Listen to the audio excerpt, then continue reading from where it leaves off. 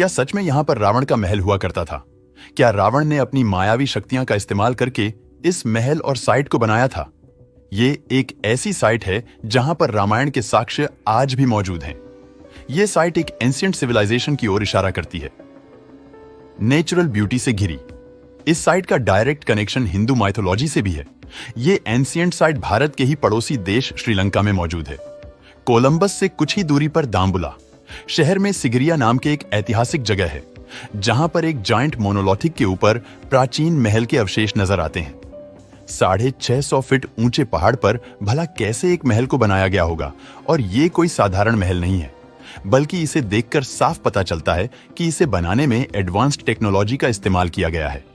आइए जानते हैं कि आखिर क्यों सिगिरिया को एक ऐतिहासिक साइट के साथ साथ रहस्यमय जगह माना जाता है।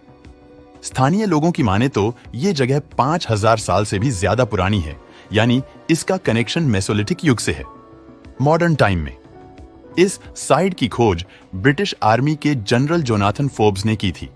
घुड़सवारी करते हुए जोनाथन को यह जगह मिली और इस जगह को देखकर वो भी हैरान हो गए।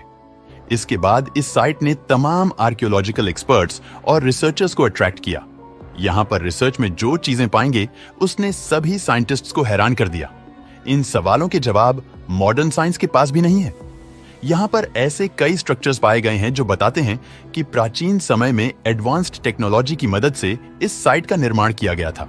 मेगा लिथी रॉक के चारों ओर खूबसूरत गार्डन्स बने हुए हैं और उन गार्डन्स के बीच में छोटे छोटे तालाब है जहां पर पानी स्टोर किया जाता था।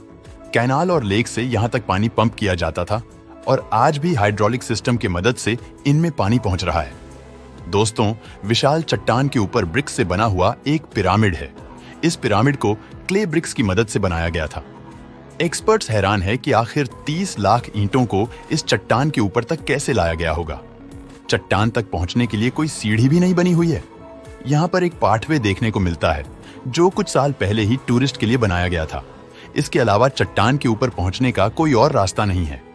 ऐसे में 30 लाख ईंटों को ऊपर तक लाना लगभग इम्पॉसिबल टास्क लगता है। एक और इंटरेस्टिंग चीज यहाँ देखने को मिलती है, ईंटों के अलावा व्हाइट मार्बल्स का यूज भी इस साइट पर किया गया है।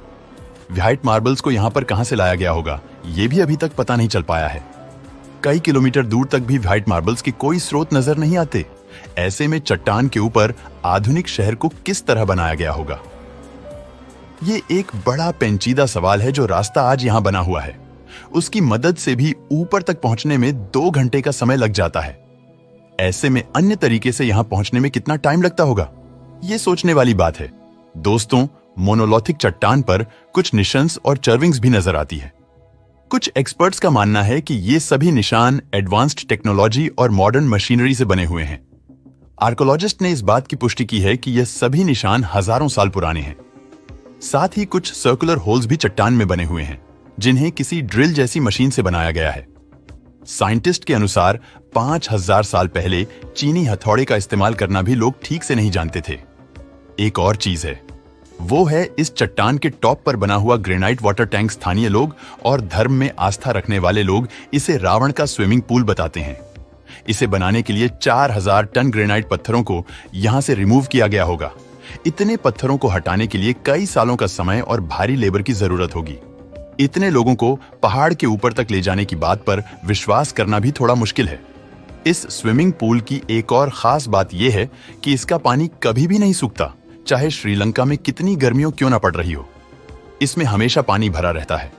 हजारों साल पहले इस तरह से एंशिएंट साइट आखिर किस तरह से बनाए गए होंगे दोस्तों? शायद इन सभी सवालों का जवाब हमारे ग्रंथों, पौराणिक कथाओं और स्थानीय लोगों के पास है। दोस्तों, हिंदू धार्मिक ग्रंथों के मुताबिक रावण अपनी मर्जी से कभी भी गायब हो सकता था। कई मायावी शक्तियां उसके पास थीं। दोस्तों, बताया जाता है कि असुर जाति के लोगों ने सिगिरिया शहर को आबाद किया था।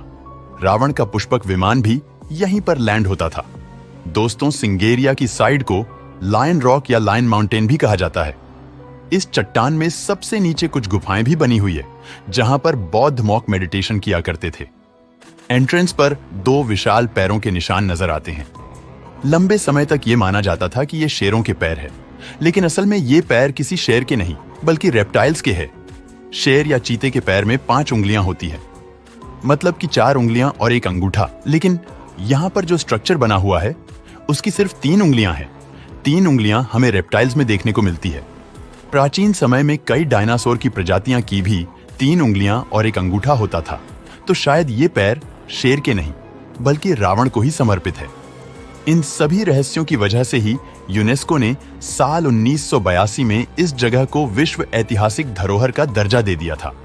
दोस्तों, वीडियो पसंद आया हो तो लाइक और शेयर करें।